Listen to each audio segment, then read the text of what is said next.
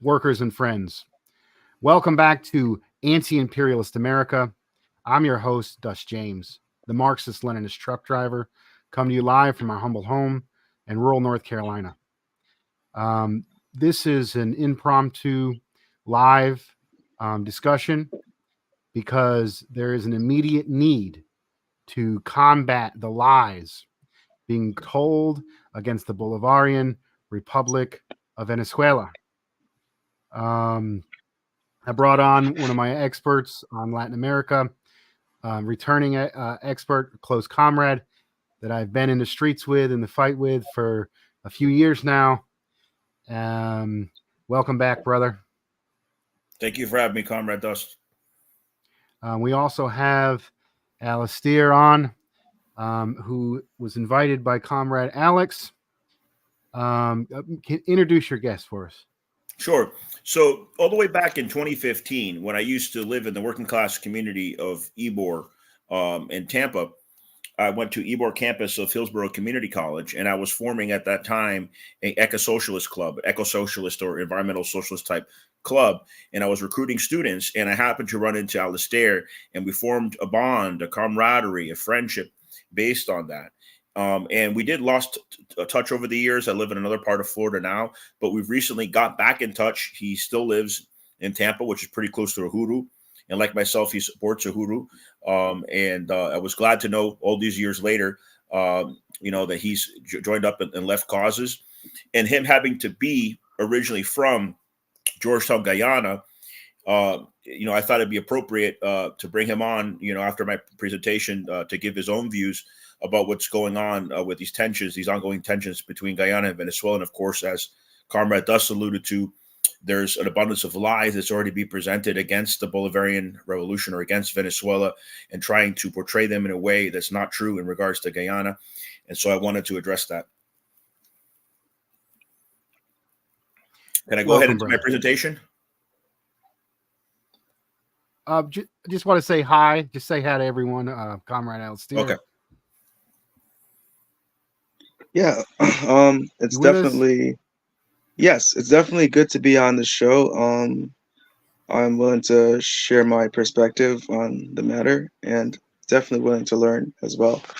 So it's going to be a good show.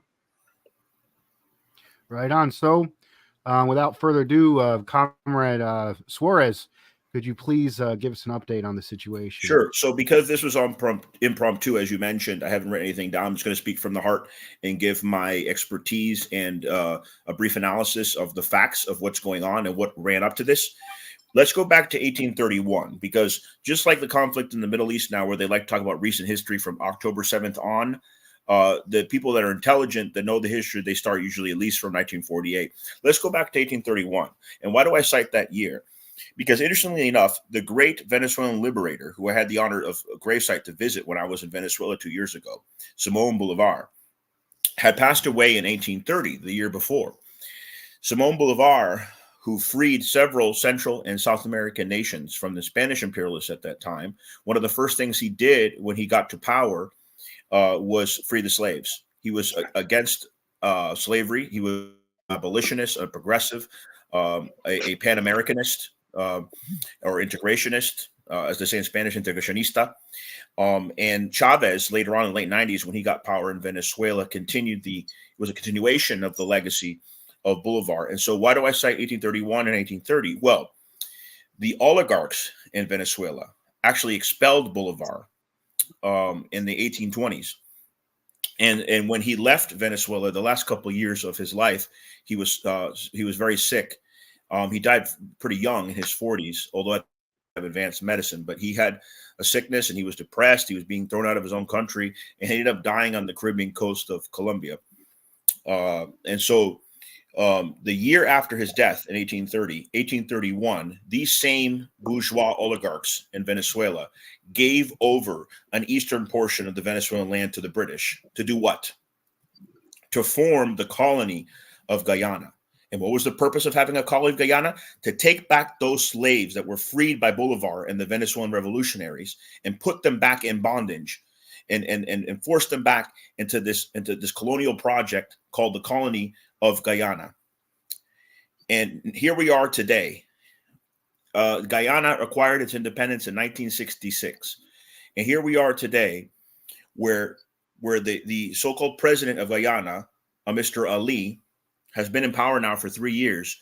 Prior to him, there was negotiations going on to have some of the Guyanese land, which is a rich land, returned to Venezuela. Those negotiations were sabotaged because of U.S. meddling in the Guyanese presidential election, which resulted in the rise of Ali. And Ali, these past 3 years, has sabotaged the negotiations with Venezuela, done everything possible to escalate things against the will of the Guyanese and the Venezuelan people, mind you.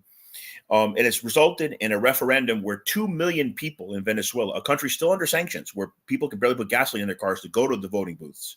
I had witnessed the electoral process myself 2 years ago when I went to Venezuela for the first time. And so these people, 2 million of them against all odds, voted in a referendum.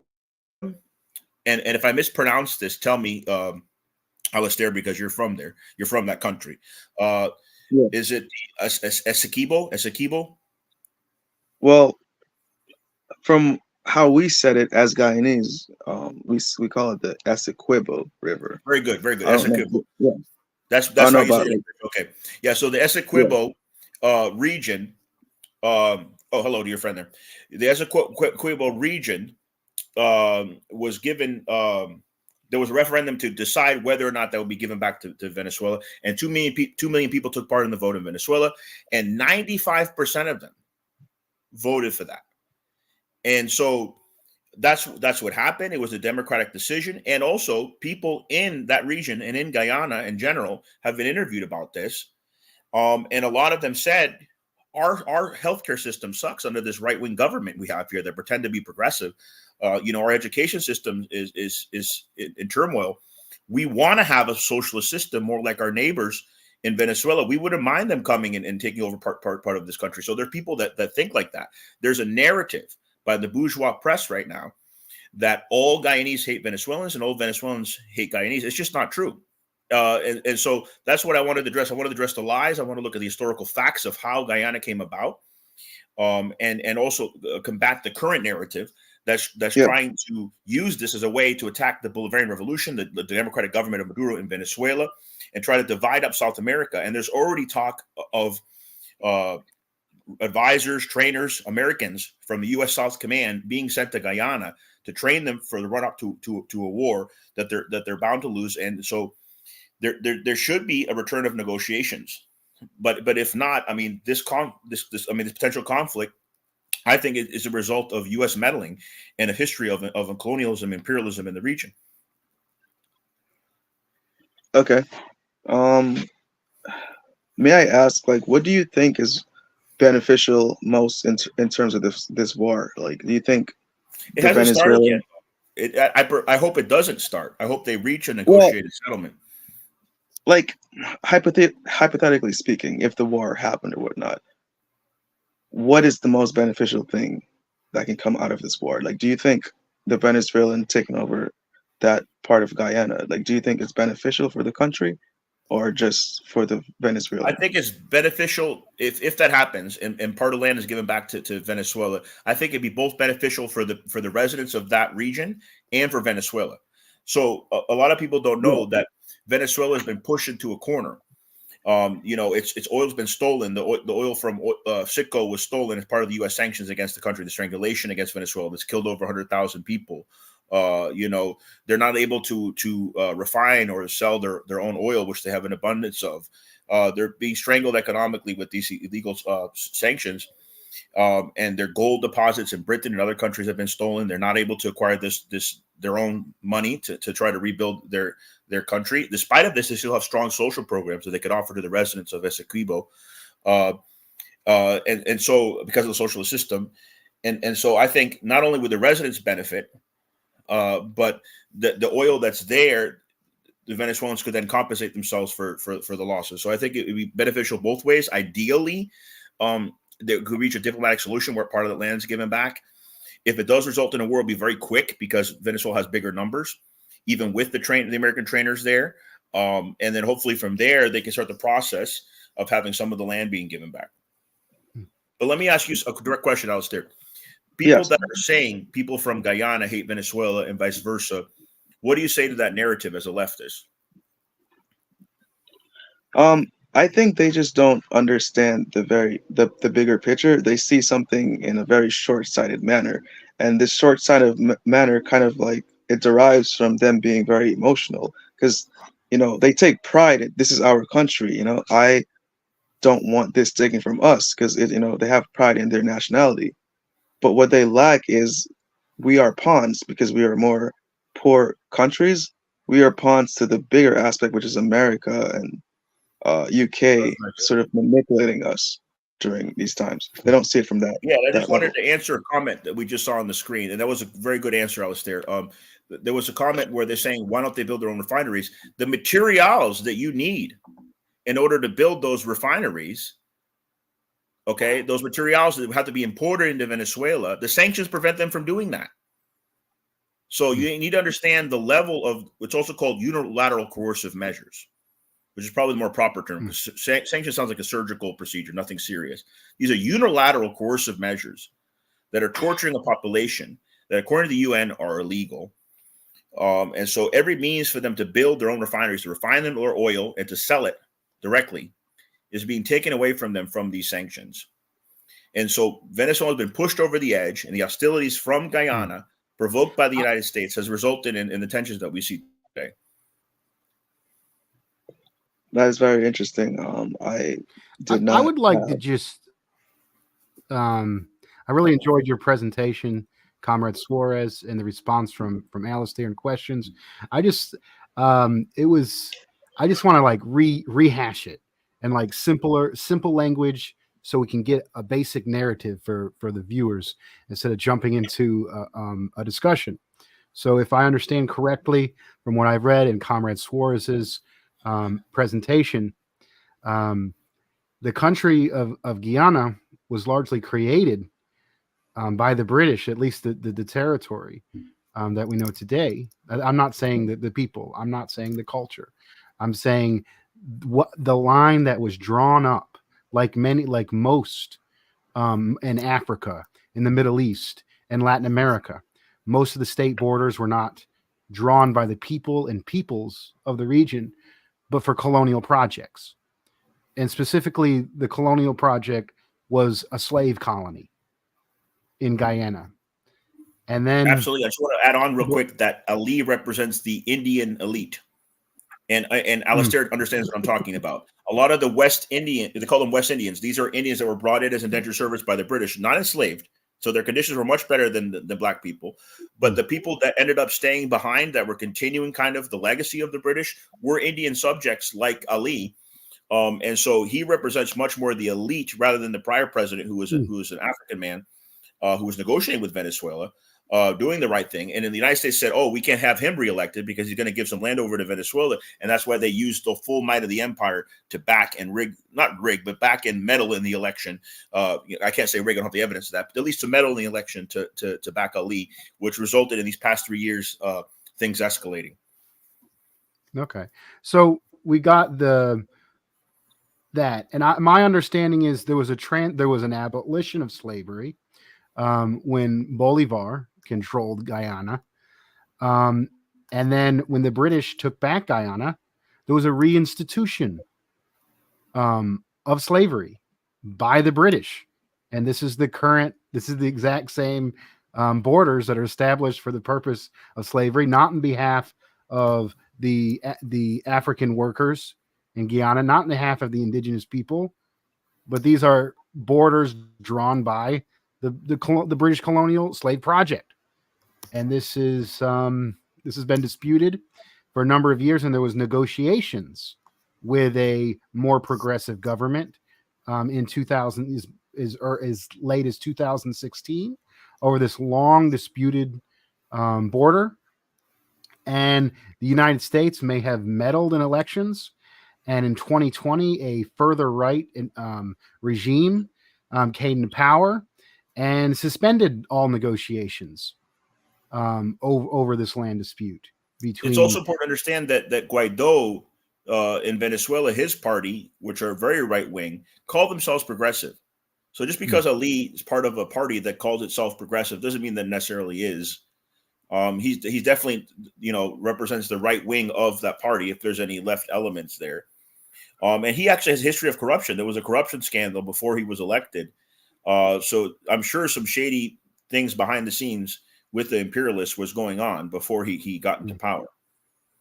I'd also like to address the very real concerns that Comrade Alistair brought up, and that is Guyana nationalism or pride in Guyana. I'm sorry, Guyana. I have to pronounce it right. Yeah. And I you said think all Guyanese. people, Guyana, my bad, comrade.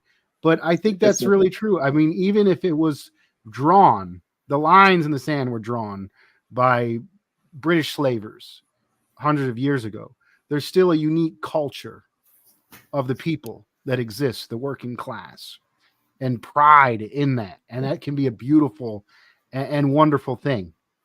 I think there's a misunderstanding being promoted by the British media. I mean, the Western media, now U.S. imperialism, that this idea of projection, that somehow Venezuela has the same imperial aims that the United States would.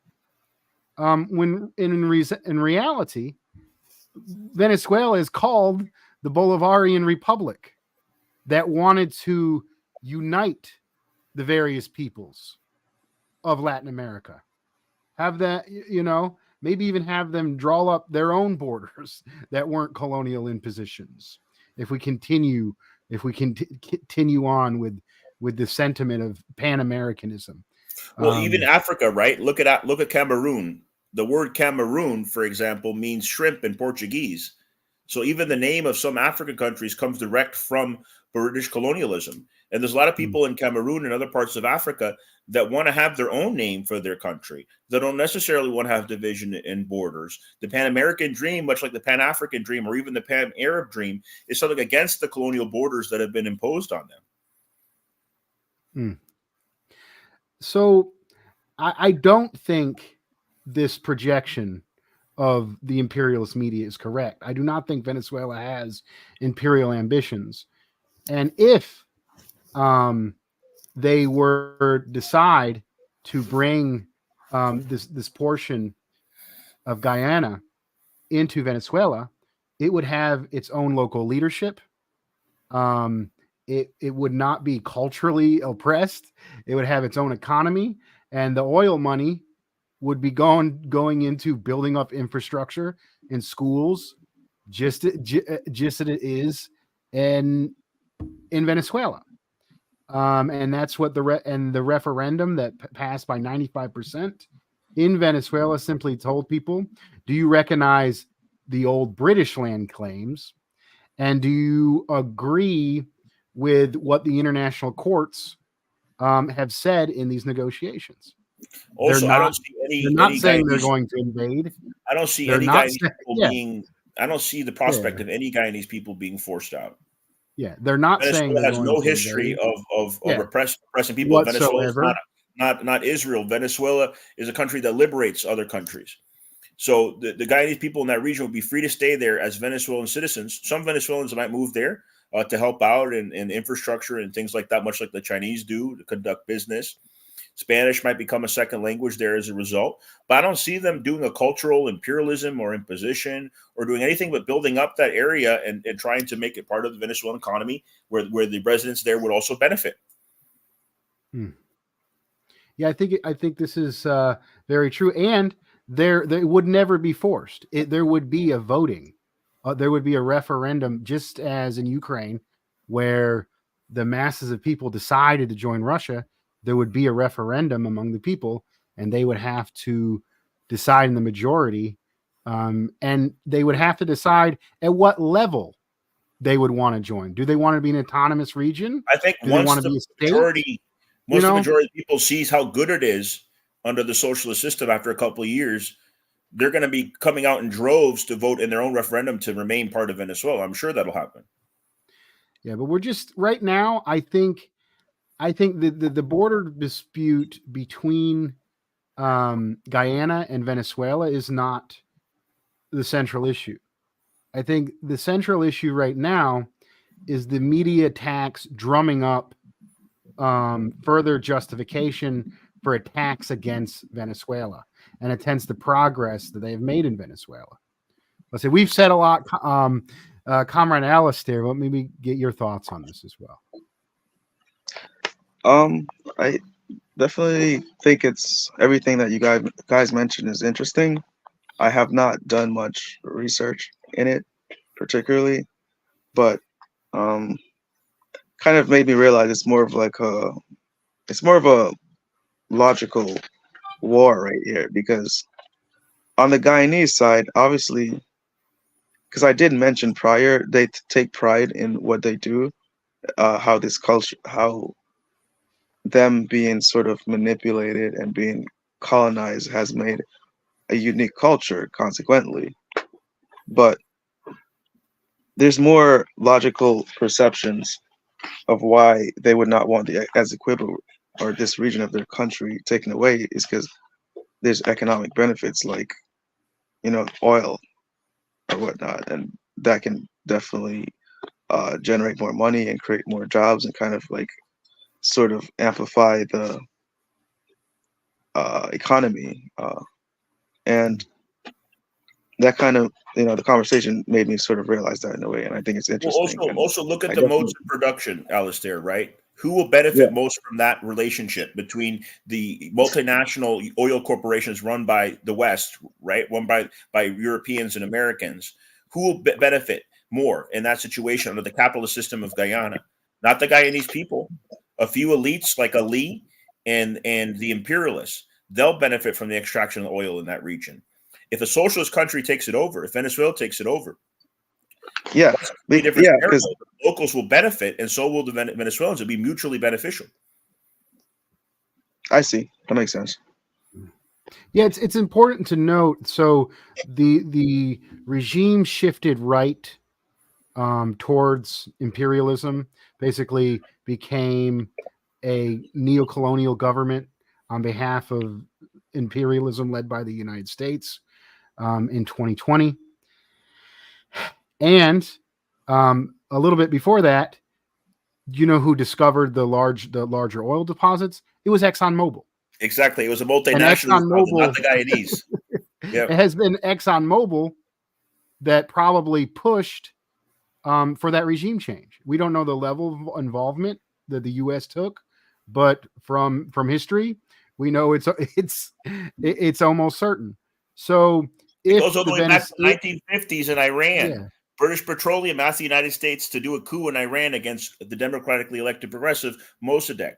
So the ExxonMobil in 2015 finding this oil, and then you have the elections later in 2020. Come on, it's not rocket science. You just need to know the history to know the consequences of this.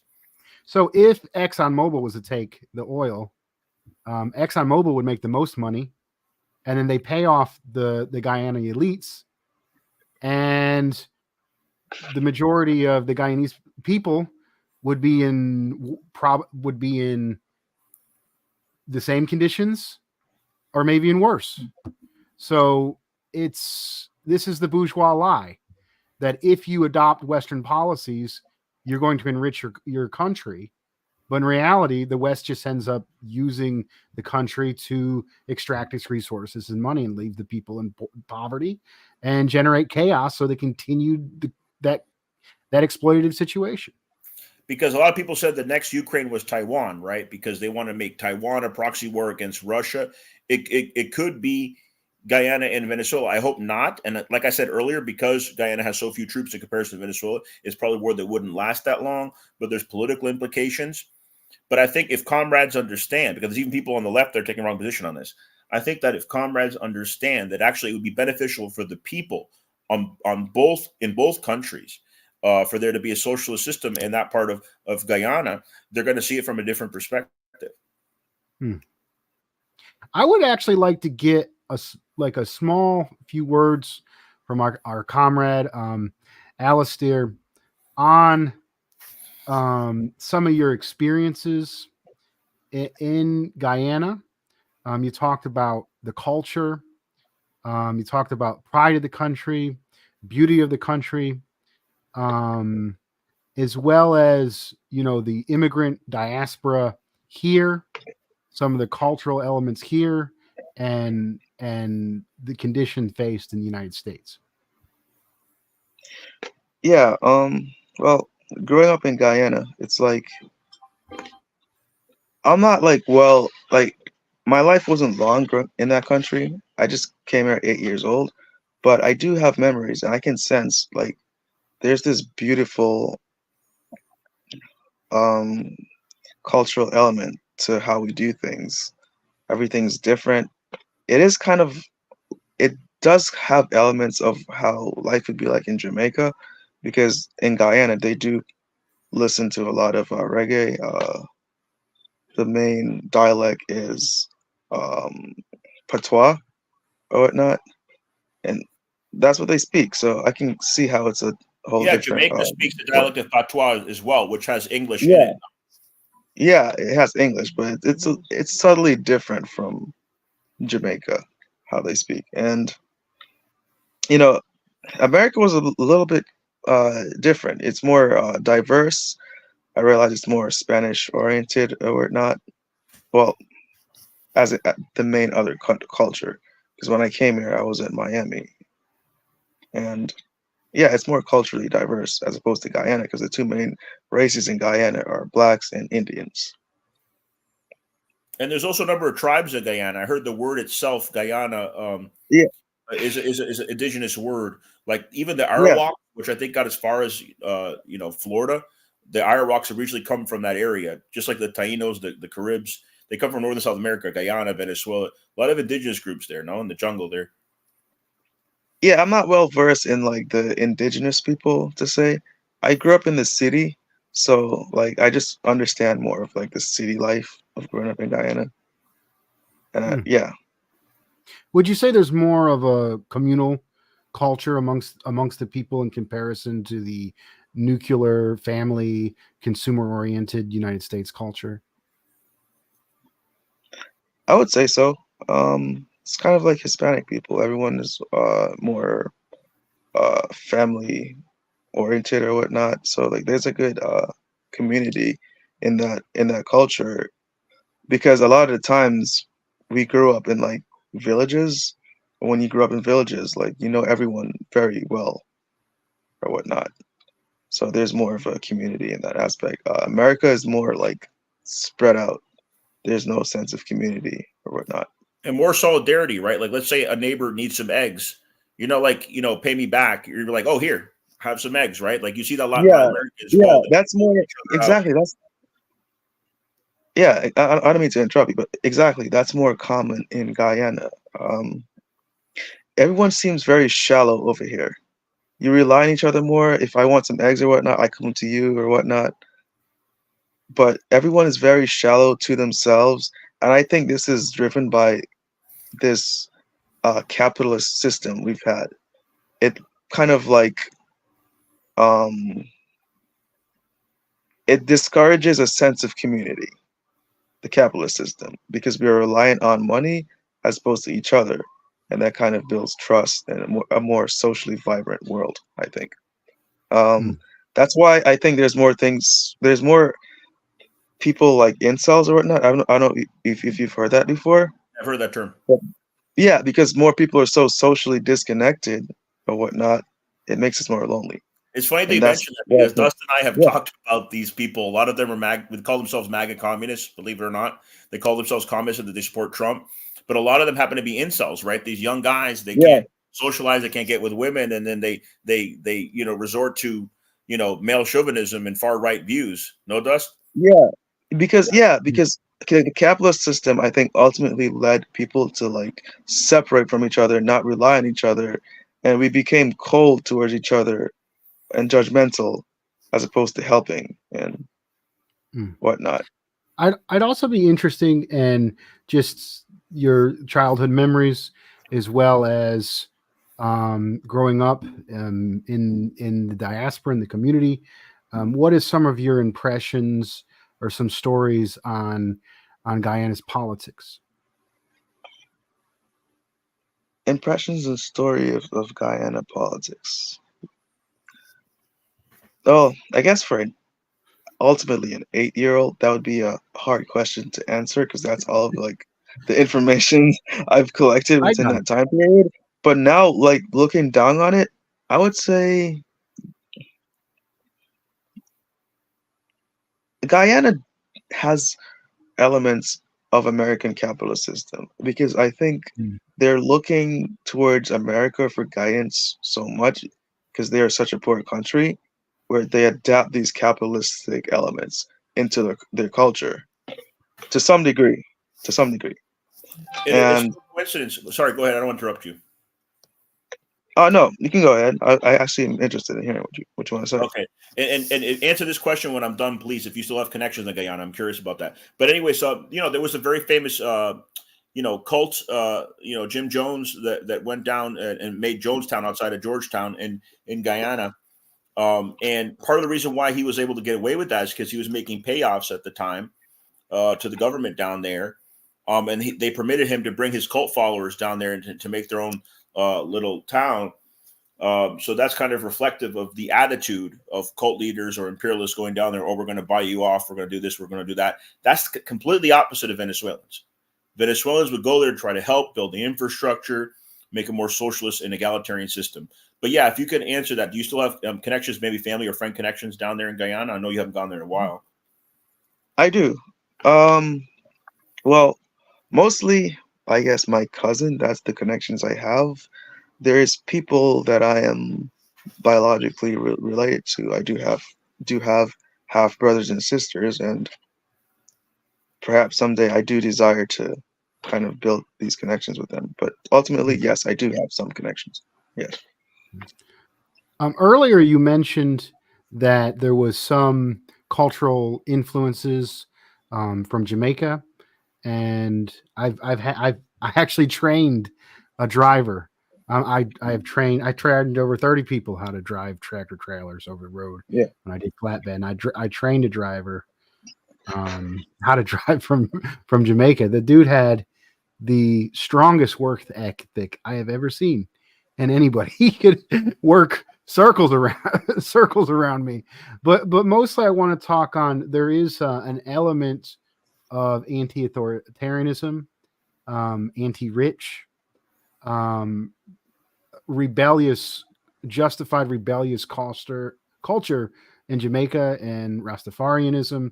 Is there any of these cultural sentiments as far as being against power, being against war, and so forth?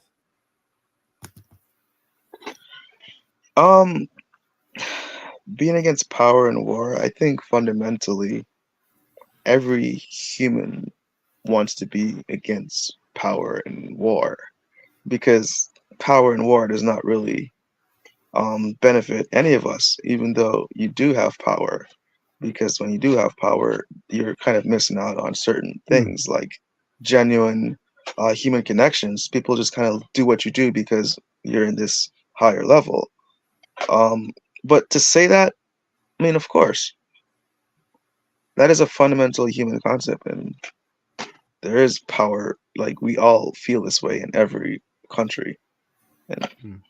My bad. yeah, I meant the powers that be, not power itself. Well, I would like to answer that I a mean, little the bit. Venezuela, the workers are in power in Venezuela, Right. and So I was going to tell them that's a because good. this is a lot of not only about workers' rights, which should be universal in any country, but also about dignity. Right. So this is more to do with. It's not so much with Maduro trying to get more power through potentially going into this part of Guyana. It's more about Venezuelan dignity and the dignity of workers and the dignity of exploited people. And Venezuela has been pushed over the edge. Its resources have been taken from it, and it's been provoked by a neighboring country. Negotiations has ceased.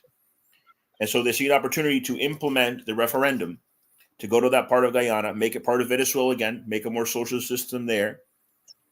And the residents there, some of them are not opposed to it. I've seen interviews. And so these are aspects that are largely ignored by the bourgeois press, which is going to bring abundance of lies it already has in regards to what's happening.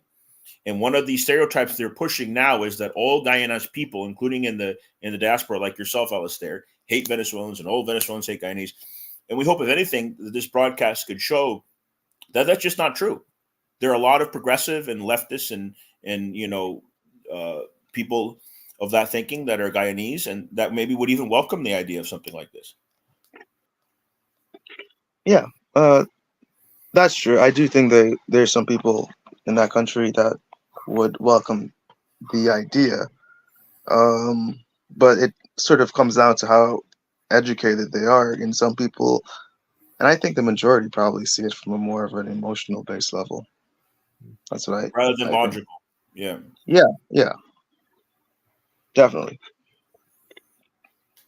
I I mean, mean, they do this. They do this a lot. Like, if we look at the situation in Ukraine, which I think is somewhat similar, the way I see it, the Guyanese are being manipulated in order to attack Venezuela.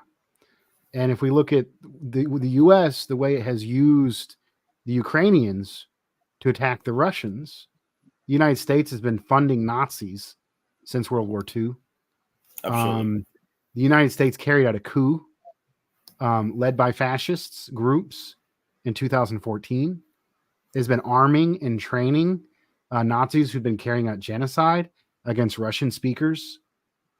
And then when there was an escalation and the Russians came in to basically prevent further genocide against Russian speakers on their border and to support the Donbass republics that had declared independence from Ukraine 8 years before that.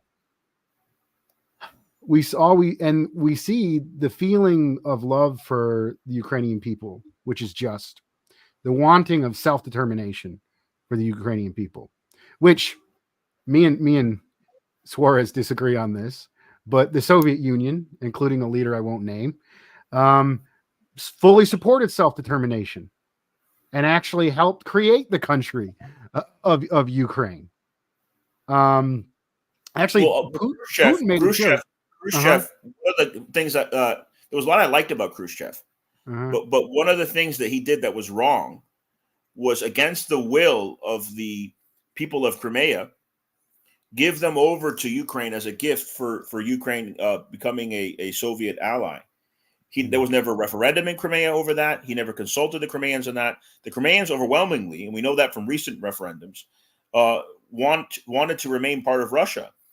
And so when they were forced to be part of Ukraine, they had to make the decision to stay. But then when they voted to rejoin Russia, by 98%, and even EU officials observed these elections and said, yes, 98% of Crimeans want to be part of Russia again. When Russia accepted that decision, they said, oh, invasion, oh, annexation. You know what I mean? And it's kind of like what's happening now, as Dust said, because people are not going to mention that 95% of 2 million Venezuelan citizens in the midst of sanctions voted for this decision. And so they're not mentioning, a lot of the media, the bourgeois press are not mentioning the run up to this, the context, and how the colonial project of Guyana came about. Mind you, I respect the independence of Guyana, but when they're under the control of the United States, when they're being treated again as a colony, I'm sure a lot of those people in that region want to and admire Venezuela and want to join up with that larger nation so they can get those rights, so they can be under the socialist system. So I actually did a panel discussion earlier on this channel. Comrade Suarez joined us briefly, and I had a comrade on there from Ukraine who loves Ukrainian people, is supportive of her people, but she recognizes that the West is the one that has been messing up and putting neoliberal policies and putting these funding these terrorists in her country. And she has family on both sides of the conflict, but still can recognize, both love her country at the same time, but recognize that it's the imperialists, not Russia. That is the main enemy. Russia was an ally to Ukraine before the coup. I don't know. Maybe you can respond a little bit on your thoughts on that, or how that would be applied. That sentiment would be applied to Guyana. I'm not sure, because I guess there's some elements that Guyana can take from these countries to better their economy or whatnot. But I don't think the people want to adapt any sort of like specific um, economical way of doing things. I feel like we want to do it our own way because we are culturally unique. We're unique culturally, and I think people take pride of figuring out things their own way. Ultimately, I think that's very powerful, and I would hope that if this was to happen, that they would follow the Soviet example to an extent and give self-determination of any oppressed people within the larger economic unit, and only better serve the interests and will of the people there. Like, that is, to me, that's socialism. To me, socialism is incapable of imperialism, because imperialism is monopoly capitalism. The reason why the reason why they need to exploit other countries is because the capitalist system continually needs to expand, or it collapses. So they need to go and super exploit and make super profits to stop their failed, disgusting system from collapsing. Yes. But under socialism, where they don't have to worry about the crashing economy, they can organize it in a rational way, in a sane way. They're able to offer more mutual trade, and they're able to respect people within a broader union and their trading partners and allies as well. So it's not going to be like the United States. Well, the late Kissinger said something. The late Henry Kissinger said something once that was actually true. He said the U.S. has no allies, only interests. And there's so many examples of times when the United States has abandoned, like they're probably going to abandon Ali in Guyana, abandoned their so-called allies once it wasn't in their imperial interests anymore. Venezuela, a socialist country, knows how to have allies. Imperialists just don't. They're incapable of having true allies. They'll leave the Europeans out to dry. They left Saddam Hussein out to dry. They left Noriega out to dry. There's so many examples of people, especially in the third world, people of a darker complexion, joining up the United States, selling out their country, the United States, thinking they're going to be protected, and the United States abandons them. The same thing happened in the Arab world with Mubarak. Mubarak was the United States guy. I don't say our guy. I'm not part of the government. He was the U.S.'s guy, and then the Arab Spring happened, and they completely abandoned him. It even happened with Batista before the Castros took over. The United States abandoned Batista when they saw all of Cuba rise up against them. So they're not going to be behind their so-called allies when it doesn't serve their interests. Yeah, I think the United States, it likes to claim that it's for self-determination. It likes to say it's for democracy. But if we look everywhere it intervenes and for what purpose, it's always for imperialism. They say they're protecting Ukrainians against the bad Russians, but they've been funding terrorists in Ukraine. They have put neoliberal policies that have destroyed the Ukrainian economy. And this is what happens in every single country whose main trading partner is the United States, or whose main political influence is the United States, unless they're like a beachhead, an overfunded beachhead for imperialism, like in the distinct case of Israel, has far worse conditions than socialist countries in the same region. In almost every case, like if we compare conditions in Guyana to Nicaragua and the socialist project there, Nicaragua has far better conditions. And in Nicaragua, they have entire autonomous zones where they have federally funded indigenous schools that teach the indigenous language. It's the most stable country in Central America, despite U.S. efforts to try to destabilize it today. And Bolivia was the fastest growing economy in Latin America. And this was partly because they weren't taking IMF loans. from the United States. They were taking better term Chinese loans. Well, Luis And Arce is also, back in power now in Bolivia, so they're on that yes. route again. But while they were under dictator Añez, they were in decline economically once again because Evo Morales was forced out of Bolivia. So I think there's a lot of false narrative being told to the Guyanese people and being told to the world at large to try to manipulate real positive sentiments. I think national pride of an oppressed people like Guyana is a beautiful thing.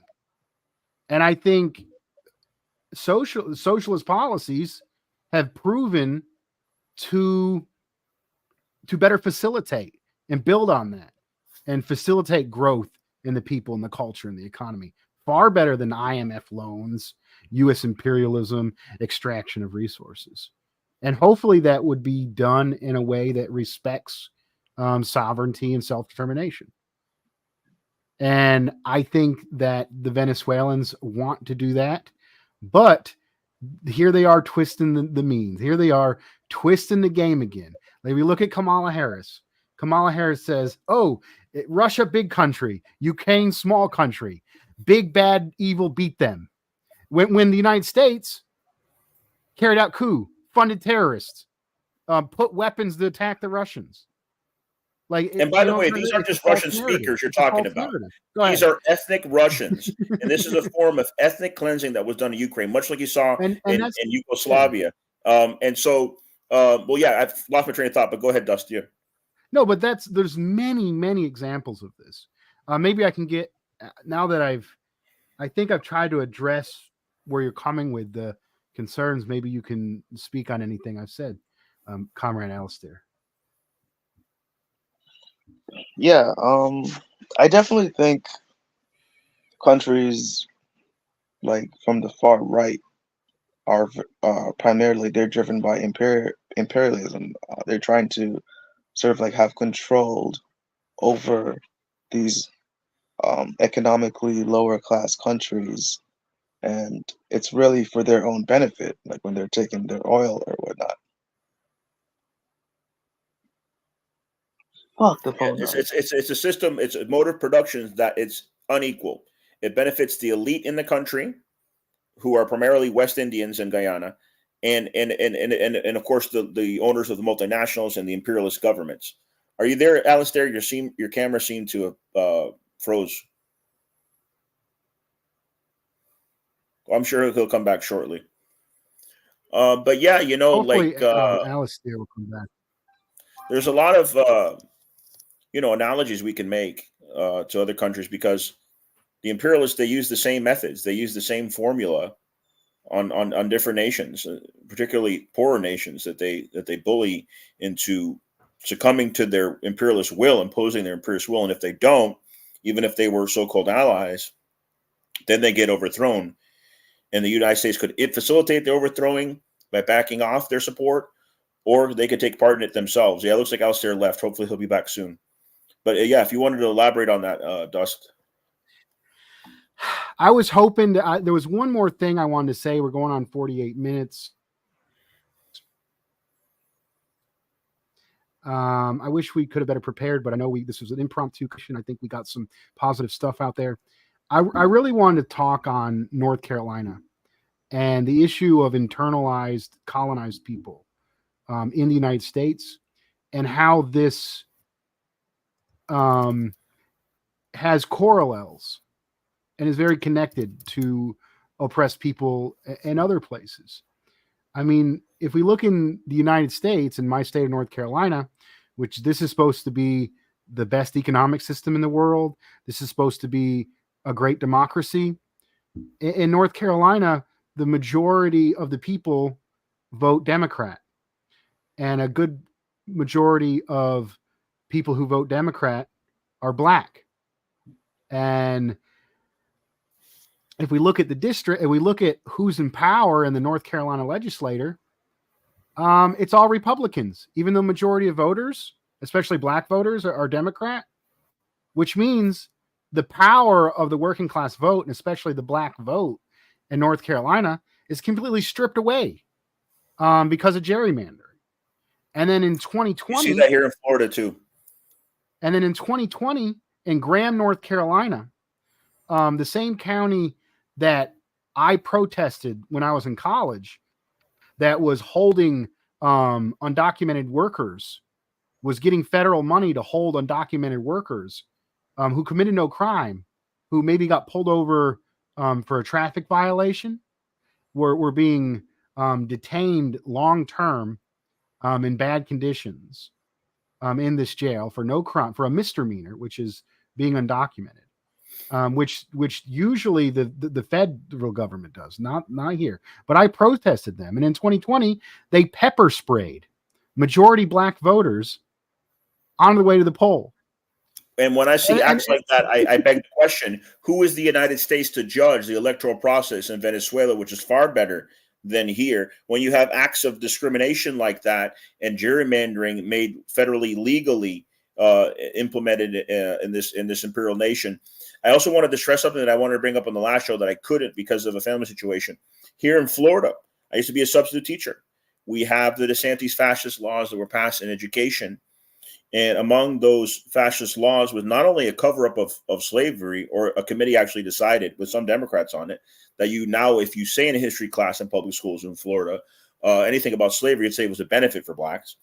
Not only that, but before I became a sub, and it's pretty easy to become a sub, a lot of vacancies, a lot of teachers quit over these crazy laws. I did hear that, for example, there's a cover-up of the Holocaust, the Anne Frank diary, or books about Anne Frank have been banned.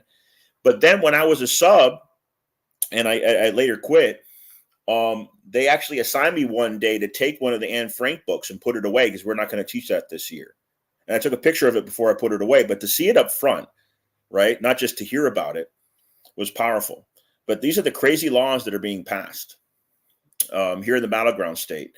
And like you said, even though the electorate is mostly Democrat in North Carolina, and the governor, because that's by popular vote, is a Democrat, the legislators, the local municipalities over there are run by Republicans because of gerrymandering. And here in Florida, our districts get cut up all the time because of gerrymandering as well. So what kind of democracy is this, right? I mean, we know the situation in Tennessee where there was a protest about basic gun control because there was crazy people in this detached society killing people. There was a protest over gun control, and two of the three senators, Democratic state senators or legislators, I don't remember, but two of the representatives, two of which were black, one was white, were removed from their office over like noise disputes or something. And these are already gerrymandered districts, so black people had very little vote. And something else I want to mention, taken away from them. Yeah. Something else I want to mention, and then the people they elect were physically removed from power, right? Over some kind of dispute. That was in Tennessee, yes. But I want to also mention democratic rights. Yeah, and I also want to mention that the gun violence. I'm not anti-gun. I just don't want crazy people to have access to guns. But the gun violence in Tampa, for example, affected my friend that was on here earlier. He was actually there that night in Ybor at the clubs when there was a shootout. He almost got shot himself. But, if you want to talk about the cause of things, as radical thinkers looking at the root cause of things, a lot of this violence also stems from poverty and people not getting justice and frustration and shooting out against their own people rather than against the imperialist system. So a lot of ways to bring a more stable and secure country like Nicaragua, which was ravaging with crime before the Sandinistas took over. Thank God the Sandinista socialists took over democratically, mind you, in Nicaragua and stabilized the country. But the way to deal with this crime is to give people jobs, give people dignity. We mentioned dignity earlier. That could help end a lot of this rise in gun violence that we're seeing in the South and other parts of the country. So, I mean, working people, first of all, they take away the right of black voters almost completely. They openly rigged the primaries. The Democrats threw out Bernie Sanders, who Well, they just had shut down the basic Democratic moderate primary politics. here in Florida, so nobody's going to consider Marianne Williamson. I don't care so much. I'm not a Democrat, I'm independent, but I know some progressive Democrats that are really pissed about this. But I'm like, are you surprised? This is what the Democrats do. They don't believe in democracy, nor do the Republicans. They're run by the elites. So we look at the working class people have almost no rights. Black and brown people have almost no democratic rights in the United States. Now let's talk about economic exploitation of colonized and working class people. If you look at the poorest regions in the United States, they match perfectly with 3 or 4 different sets of conditions. One, the historic territory of the Black Belt South, where large portions are still black, and these were the places where slaves were brought to, are still kept in disgusting conditions, prison state fascist regimes on the county level all throughout the Black Belt. The other part is Aslan, the Southwest, territory that was stolen from Mexico, where well, it's no coincidence that you go to Barrio who are Chicanos that want Aslan returned to them are supporters of Uhuru. Because people see Uhuru as a black nationalist organization. It's not. It's an organization that support. It's a black internationalist organization that takes in the Latinos as well and other oppressed peoples and unites them as a vanguard force for a revolutionary movement. So we have the Black Belt, Aslan, indigenous reservations. The original people who own the entirety of the United States are kept in the worst poverty. And they're really ghettos that they're forced to live in, these reservations. They call them reservations, but that's what they are. Then we have racialized ghettos in the inner city that are connected to both Aslan and the Black Belt, as well as the former and current mining region of Appalachia is still one of the most poor, mostly whites, is still one of the most poorest regions in the country. And what's the answer to this? This is the answer right there. Reparations now. Reparations for indigenous people, exploitation for Aslan, all of that. We look at the exploitation of working class and colonized people in the United States, zero democratic rights. And then they tell people this is the land of freedom. You're going to get rich by this. And it doesn't happen. They don't even do it here. What makes you think they're going to do the imperialists are going to help the people of Guyana protect themselves against the big bad aggressor, Venezuela, which is a Bolivarian republic, which believes in the unity and the self-determination and respect of all America to fight against. It's not only believes in unity and solidarity, it believes in diplomacy. But when the United States captures its diplomat, Alex Saab, and tortures it on Cape Verde Island and brings him by force and kidnaps him to Miami on a trumped-up charge, when all their means to fight the sanctions and to sell their oil is taken away, they resort to certain methods and referendums are passed. And we shouldn't be surprised if we look at history. But again, Venezuela is not a country that is an aggressor to other nations. It's a country with a history of liberating, like Bolivar. And that's why they call themselves the Bolivarian Republic. That was named in a referendum supported by Chavez in the late 90s. They renamed the country the Bolivarian Republic. It's a continuation of the legacy of Simón Bolivar. Maybe we can touch on the achievements of Venezuelan socialism. I'd like to talk on it, but maybe you can just give us an overview of when socialists came to power and what they've been able to accomplish. So the first leader in Venezuelan history since Bolivar who did not sell out the nation was Hugo Chavez. And important to understand, Hugo Chavez, 25 years after the fall of Allende, the democratically elected leader in Chile, which led to a reign of terrorist and fascist regimes in 1973. So in 1998, 25 years later, Hugo Chavez is elected. And it's not only a continuation of Bolivar's legacy in Bolivarian socialism, it's a continuation of Allende's legacy and taking back the for the working people and the indigenous and the black and the Hispanic people of Venezuela, not for the upper class whites, elites, and oligarchs that are in business with or in league with the United States. So it was taking back this for the people. That's what it symbolized. The rise of Chavez and Chavismo was spread through South America. So those old fascist juntos, those right-wing regimes started to fade away, and a democratic era came about where workers' democracy and Bolivarian socialism was implemented. And this is what's been going on to the present since the late 90s. It's also interesting to note that Venezuela is the only country in South America that has remained leftist from the late 50s on. And they have a number of municipal elections, like the one I witnessed, the regional election, presidential election. So it's a very democratic country. And despite the most of the media being owned by the oligarchs who are hostile to the government, the people see through it, and the people continue in the majority to vote for the United Socialist Party of Venezuela, which is a coalition-based group. There is a small sectarian communist party, which has infiltration from the CIA. And that small party, which does not represent the will of the Venezuelan people, there's even non-Chavistas that support Venezuela going into Guyana, mind you. But that small communist party, which does not represent the majority of Venezuelan workers, has actually condemned the referendum and said that Venezuela should not go into Guyana. That shows what a sellout they are. So when certain leftists in the United States who have no understanding of the relations between the government, the military, and the people of Venezuela start saying, oh, because the Communist Party said this, we have to be against it. They don't get it. They don't understand the history of Guyana. That's what I was going to say earlier when Alistair was on. Hopefully this is the rest of the recording. I remember now. I was going to say a lot of people can't find Guyana or Ukraine on the map, right? You have these Americans that parrot what Kamala Harris and others say in Washington, but these people have no knowledge of the geography and history. They have not studied thoroughly like you and I have of what's going on here. That's why we have a better understanding. Yeah, from some of the points that I take on inspiration from the Venezuelan people and the institutions they have built, the accomplishments they made, the schools they have built, they completely the transformed millions of houses, defended the millions of houses they built, yes, the cultural programs, yes, and the democratic organizations that are facilitating all of these things, the workers' councils, the community councils that have real say and input on the policies of the government that and serves them. They print out in their voting booths, and I was there to witness it myself. They print out in their voting booths how they vote. Here we have, massive voter manipulation by both of the principal parties. There's full transparency. You see how you vote. There's an automatic audit. There's so many democratic moves that Venezuela has done that even Jimmy Carter himself, when he went down with the Carter Center, had said he's never seen a country as democratic as Venezuela. So again, who are we to judge?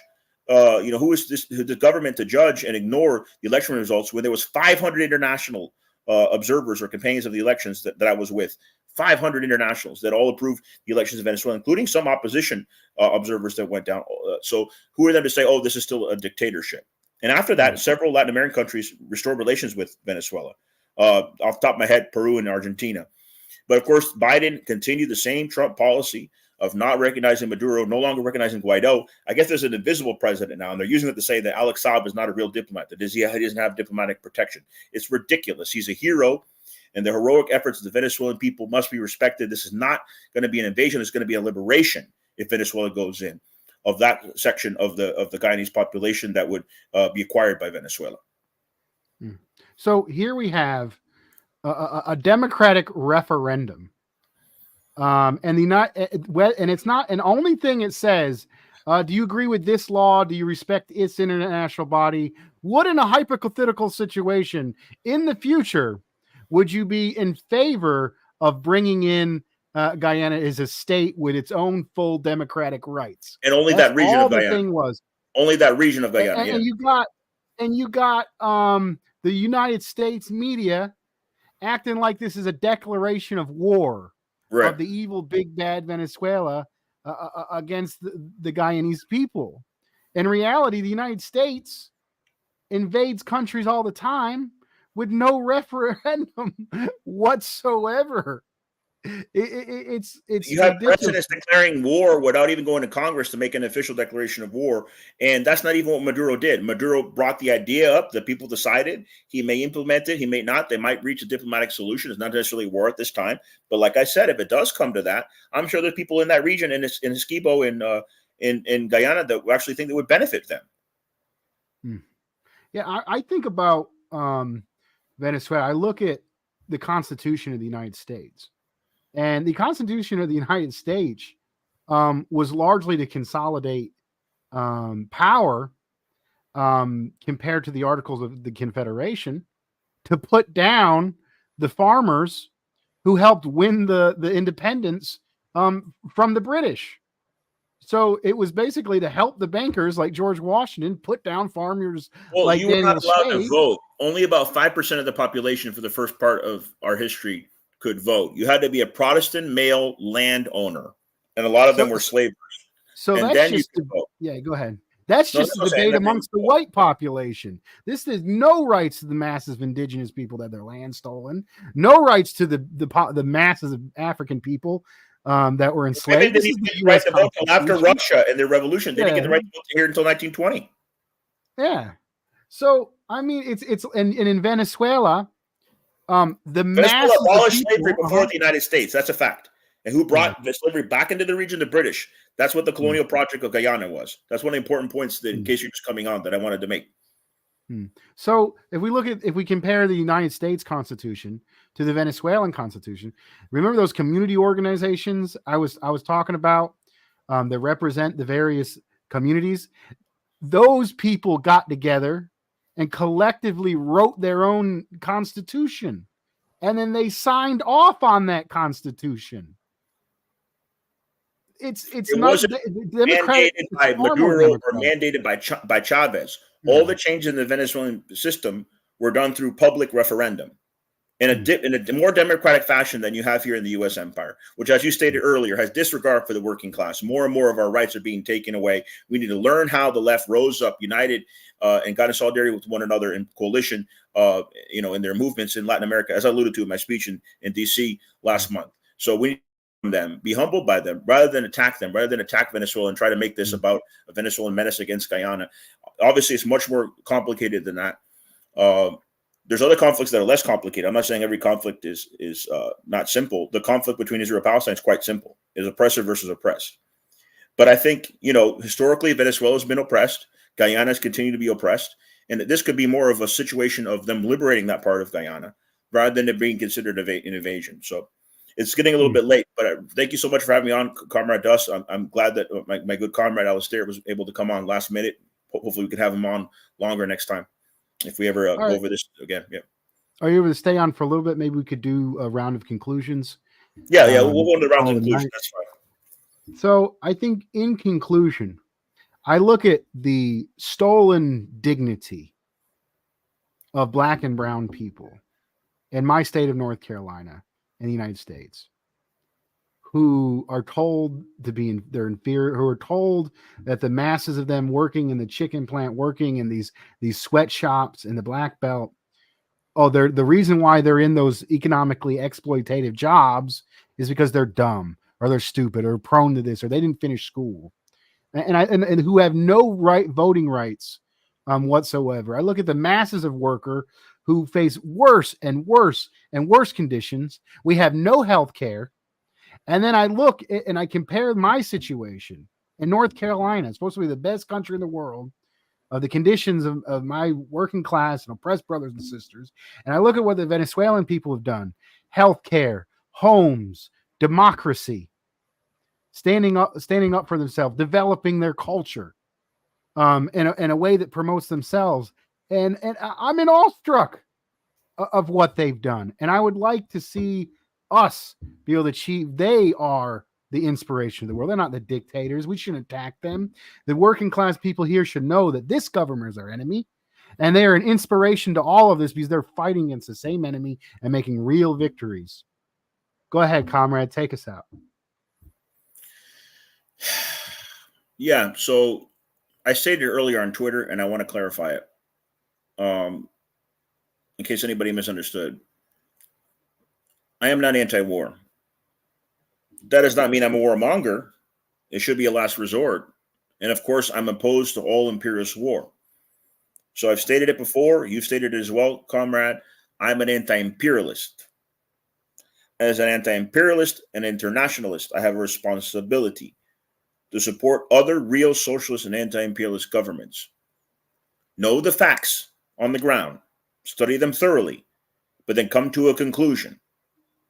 And I am confident in my conclusion, based on my own investigation and in my contacts on the ground, that Maduro has the best interests of his people at heart, and that there's people in Guyana itself who also know and are inspired by the Bolivarian Revolution next door, that under a Venezuelan government in that part of the country, it will be more beneficial to them.